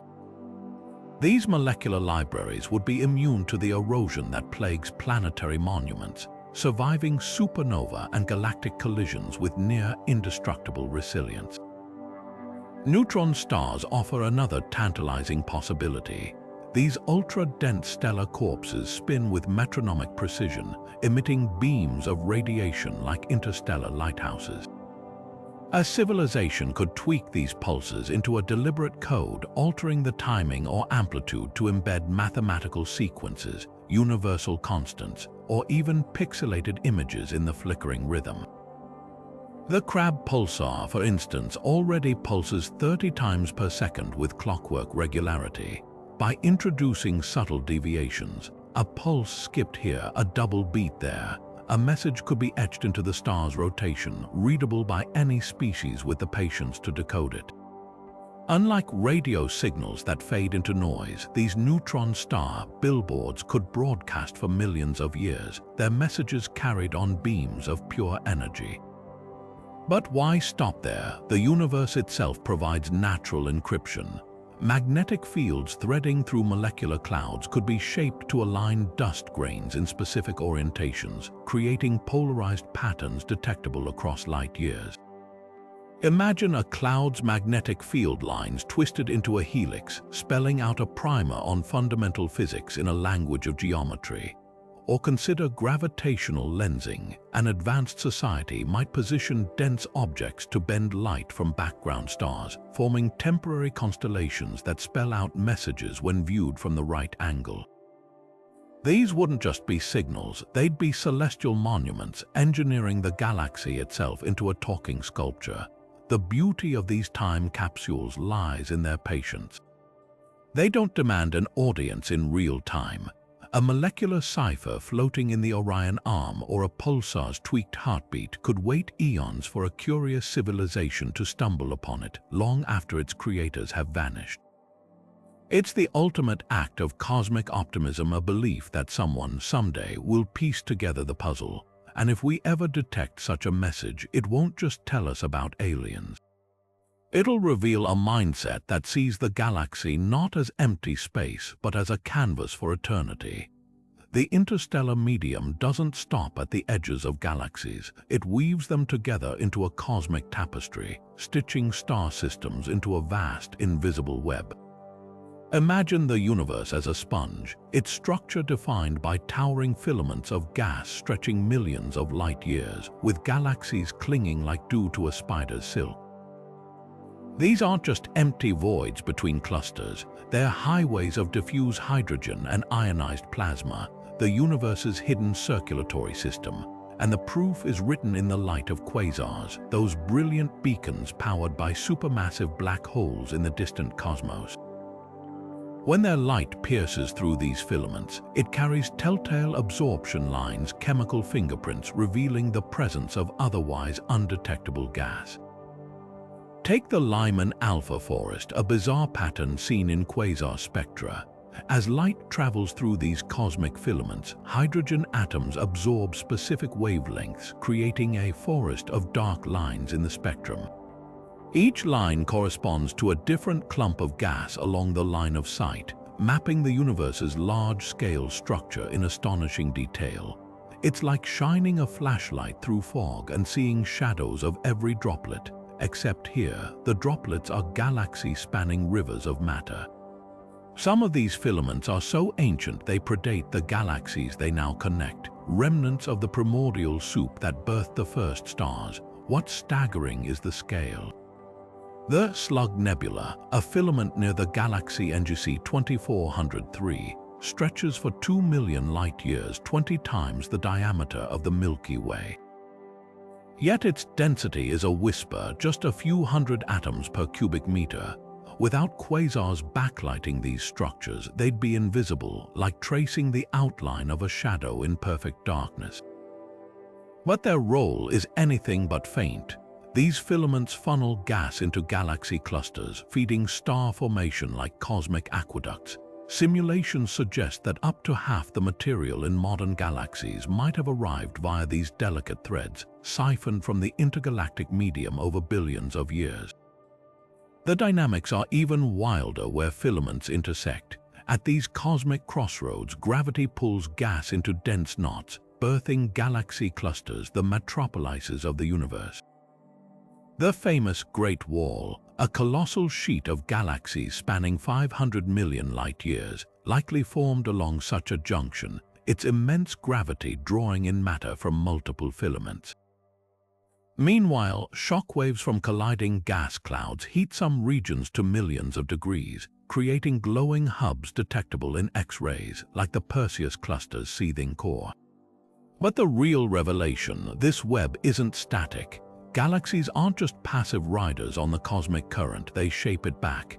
Active black holes blast jets of energy that punch holes in the intergalactic medium, while supernova winds from starburst galaxies churn the gas, mixing heavy elements far beyond their galactic borders. The Magellanic Stream, a ribbon of gas trailing our Milky Way, shows this interplay in action, torn from satellite galaxies by gravitational tides. It's now merging with the intergalactic medium, seeding future structures with recycled star stuff. This grand connectivity turns the interstellar medium into something even greater, the universe's ultimate recycling network. Every atom in your body likely cycled through these filaments at some point, riding gravitational tides long before Earth existed. And as telescopes like the upcoming Vera Rubin Observatory map more of the web's faint glow, we're glimpsing the scaffolding of existence itself. The delicate, billion-year-old threads that bind galaxies into a single, breathing organism. Humanity stands on the brink of a new era in interstellar exploration, one where we won't just observe the void between stars from afar, but reach out and touch it. Leading this charge is Breakthrough Starshot, an audacious plan to send thousands of wafer-thin probes to Alpha Centauri at 20% light speed. These nanocraft, each no larger than a postage stamp, would carry cameras, spectrometers, and particle detectors, sampling the interstellar medium firsthand as they race past our nearest stellar neighbor. Unlike bulky Voyager probes that took decades to exit the heliosphere, Starshot's laser-driven sails could traverse the entire local interstellar cloud in less than 20 years, sending back data on cosmic dust distribution, magnetic field fluctuations, and hydrogen density with unprecedented resolution.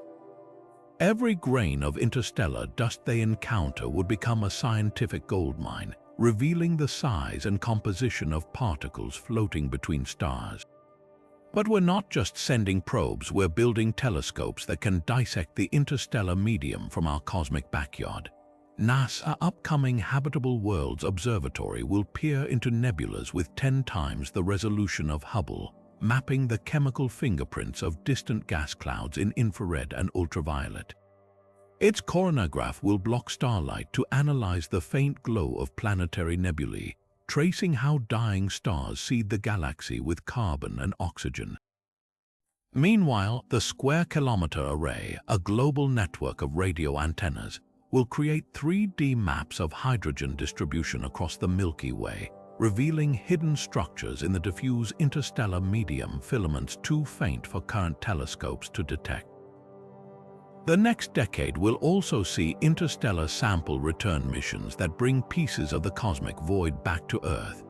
Projects like the Interstellar Dust Analyzer aboard upcoming deep space probes will capture and preserve microscopic grains from the local interstellar cloud particles that may contain prebiotic organic molecules or unusual isotopic ratios hinting at their origins in supernova. Unlike meteorites, which are altered by Earth's atmosphere, these pristine samples could rewrite our understanding of how complex chemistry arises in space. Perhaps most revolutionary are the plans to deploy quantum communication arrays in deep space.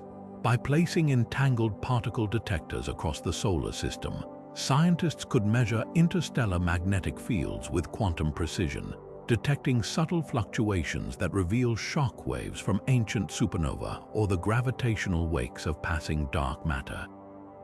These technologies, once the realm of science fiction, are now in active development, bridging the gap between distant starlight and the tangible physics of the void. Each mission carries the potential to transform abstract theories into concrete knowledge. When Starshot's probes finally pierce the interstellar medium at relativistic speeds, they'll test decades of hypotheses about cosmic ray acceleration and dust dynamics.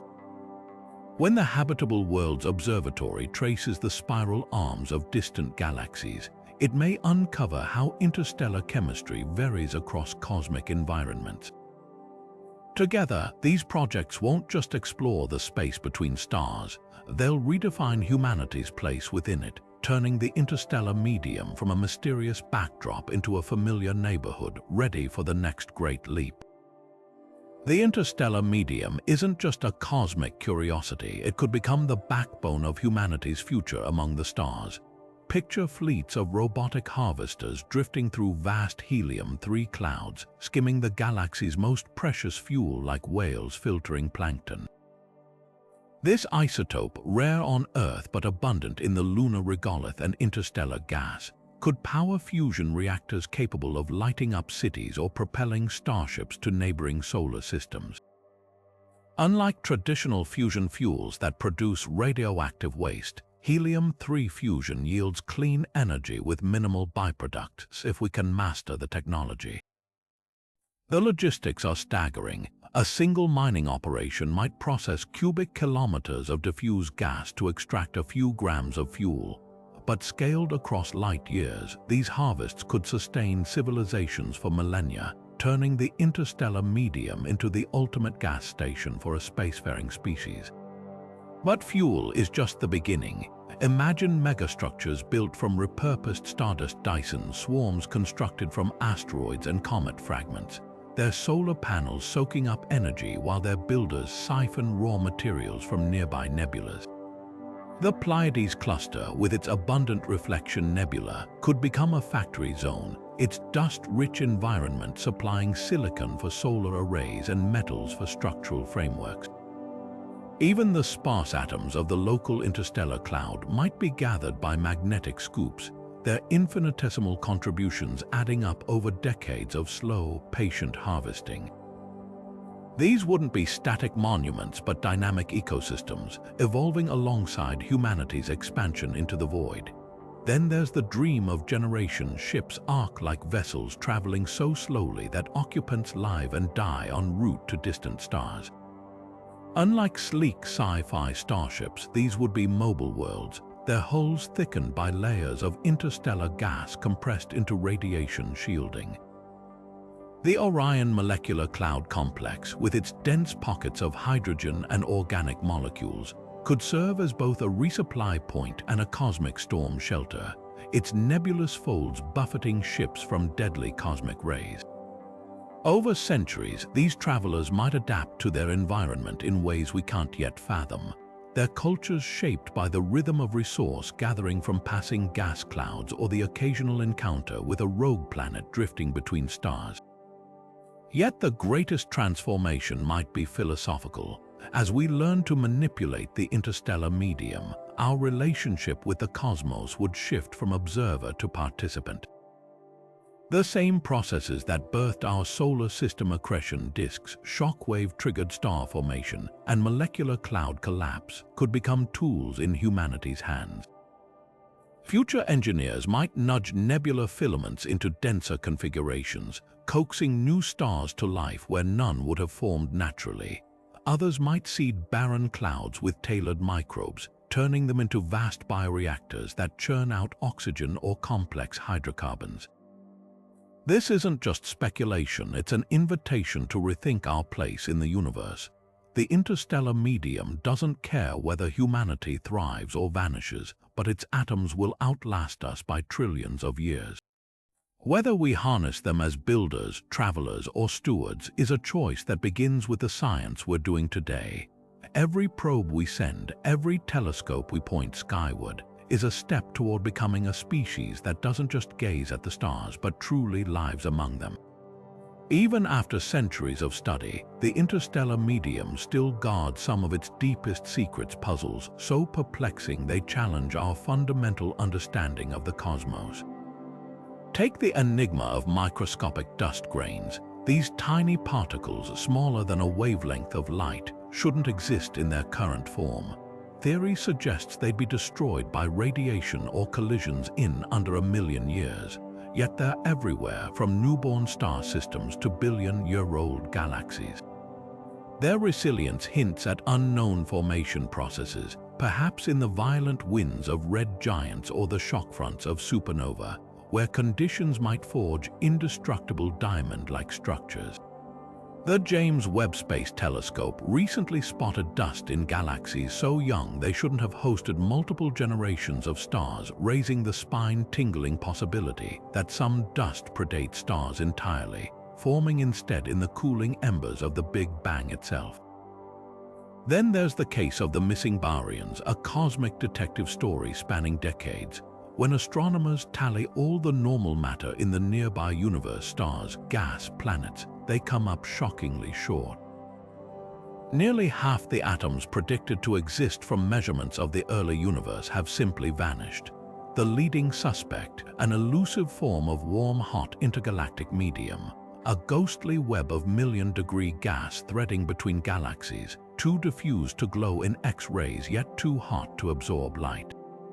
Recent studies using the subtle warping of cosmic microwave background radiation may have finally detected these phantom atoms, revealing them as a faint, ionized mist permeating cosmic voids. If confirmed, it would solve one of astrophysics' longest-standing missing person cases, with the victims being half the universe's ordinary matter. Perhaps most baffling are the chemical anomalies lurking in certain gas clouds. In the Taurus molecular cloud, astronomers found benzene, a ring-shaped organic molecule, in quantities that defy conventional chemistry models. Elsewhere, clouds near the galactic center contain ethanol and vinyl alcohol at concentrations that would make a distillery jealous. Even stranger is the case of diffuse interstellar bands, hundreds of mysterious absorption lines in starlight that no known molecule can explain.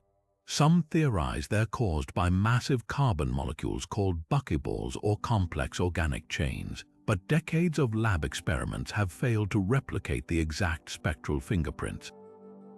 These aren't just academic curiosities, they're potential clues to how probiotic chemistry emerges in space, seeding worlds with the building blocks of life. The greatest mystery might be how these puzzles interconnect. Could the missing baryons be hiding in yet undetected molecular forms? Might bizarre dust grain chemistry explain the anomalous cloud compositions? Each unanswered question is a thread in a grand cosmic tapestry, one we're only beginning to unravel. As new telescopes probe deeper into the interstellar medium's secrets, one thing becomes clear. What we don't know about the space between stars still dwarfs what we do. And that's perhaps the most exhilarating realization of all. The interstellar medium isn't just a scientific curiosity, it's a canvas for the imagination, inspiring some of the most breathtaking visuals in science fiction. Think of the swirling nebulas in Star Trek, the motion picture where the Enterprise glides through veils of luminescent gas, or the haunting, dust-choked vistas of Interstellar's Gargantua system. These fictional landscapes often mirror reality closer than you'd expect. The pillars of creation captured by Hubble look like they're ripped straight from a Star Wars backdrop, towering columns of gas where stars are born, their silhouettes backlit by the glow of distant suns. Side by side, the real and imagined versions share an eerie kinship, proving truth can be as dazzling as fantasy. Hollywood's obsession with nebulas isn't just about aesthetics, it's rooted in their symbolic power. In 2001, A Space Odyssey, the monolith's appearance amid the void mirrors humanity's confrontation with the unknown, a theme echoed in real images of the Orion Nebula, where new stars emerge from chaotic clouds. Sci-fi often treats the interstellar medium as a metaphor for transition, a place where characters face transformation or peril. The roiling plasma storms in Guardians of the Galaxy or the fractal ice clouds in Doctor Who aren't pure invention, they're exaggerated reflections of the turbulent magnetic fields and icy molecular grains found in real nebulas. Even video games lean into this inspiration. Mass Effect's iconic Omega Nebula, with its crimson hues and drifting debris, mirrors the Carina Nebula's real-life stellar winds carving gas into surreal shapes.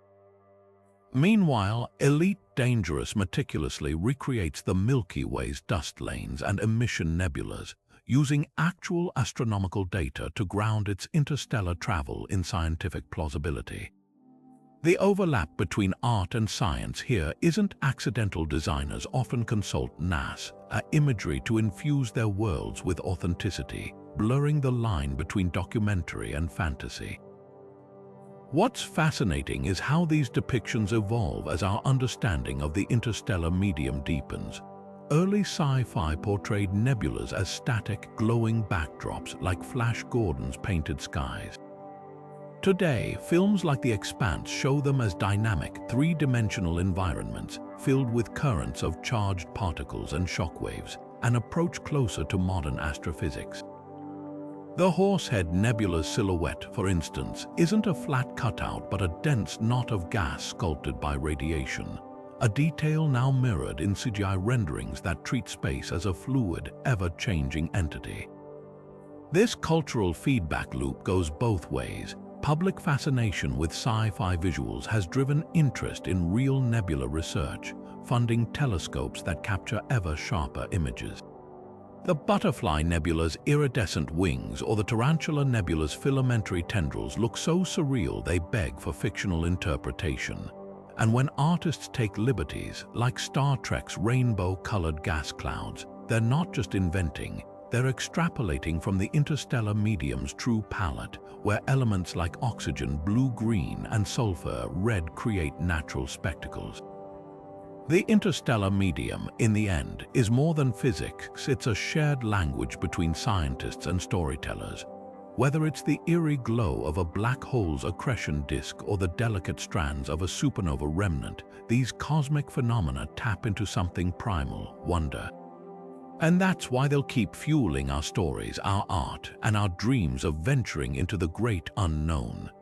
Grab your telescope or even a sturdy pair of binoculars.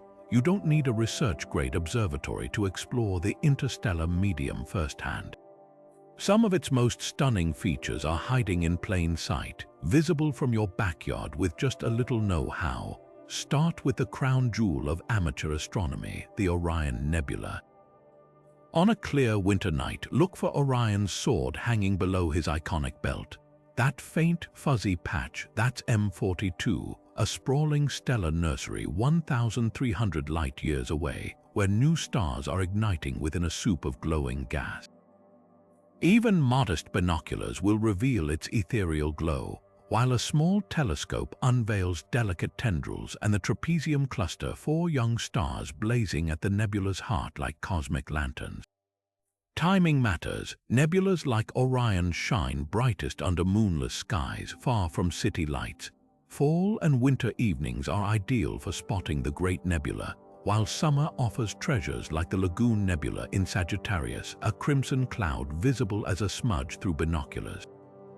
Star-hopping apps like Stellarium or Sky Safari can guide you, but old-fashioned paper charts work just as well. Print a seasonal map, locate anchor stars like Betelgeuse or Altair, and let them point you toward these cosmic clouds. Don't overlook dark nebulae too. The Coal Sack near the Southern Cross is a stark void where dust blots out starlight, a silhouette so pronounced it's been recognized by indigenous cultures for millennia. No telescope, no problem. On pristine nights, your naked eye can trace its Inkai outline against the Milky Way's glow. For a challenge, hunt down the Horsehead Nebula near Orion's belt. It demands a larger aperture and a hydrogen beta filter, but spotting its iconic shape feels like unlocking a celestial secret. Pro tip: let your eyes adapt. Nebulas reveal their subtleties through averted vision, looking slightly sideways to exploit your retina's light-sensitive rods. And if you're near a local astronomy club, join their dark sky outings. Sharing a telescope eyepiece with seasoned observers can turn faint smudges into jaw-dropping vistas, like the Veil Nebula's filamentary wreckage or the Ring Nebula's smoke ring perfection. The interstellar medium isn't some distant abstraction, it's a live show playing nightly overhead. Every photon hitting your retina from these clouds has traveled centuries through space, carrying stories of stellar birth and elemental alchemy. So wrap up warm, step outside, and let the cosmos remind you, you're not just looking at the stars, you're witnessing the universe's workshop where nothing is truly empty and every patch of darkness holds a promise of light. From the birth of stars to the whispers of possible alien signals, the interstellar medium isn't just space, it's the galaxy's living, breathing circulatory system. Every atom in your body, every planet orbiting a distant sun, every burst of light from a newborn star traces back to this cosmic network. It's the ultimate recycler, the quiet architect of everything we see, and the glue binding the universe into a single, interconnected story. Supernova scatter their ashes into it, dying stars exhale their final breaths into it, and newborn worlds drink from its chemical reservoirs. Even now, as you look up at the night sky, the light from distant stars is passing through these invisible clouds, carrying faint fingerprints of the elements they've encountered along the way. But the interstellar medium is more than just a backdrop. It's an active player in the universe's greatest mysteries. Could those drifting molecular clouds be cradling the building blocks of alien life? Are the tangled magnetic fields hiding messages from civilizations we've yet to meet? Every discovery we make, from the complex organic molecules in nebulas to the eerie alignment of dust grains, hints at a cosmos far richer and stranger than we ever imagined. And with breakthroughs like quantum telescopes and nanocraft missions, we're on the verge of probing deeper into this hidden realm than ever before. This isn't the end of the journey, it's just the beginning. The interstellar medium has been the universe's silent storyteller for billions of years, and we're finally learning how to listen. So stay curious, keep looking up, and who knows? The next cosmic revelation might be just a telescope click or a space mission away. If you're as captivated by these cosmic wonders as we are, hit subscribe and join us as we keep exploring the universe's greatest mysteries, one star, one nebula, one unanswered question at a time. The cosmos is speaking. Are you ready to hear what it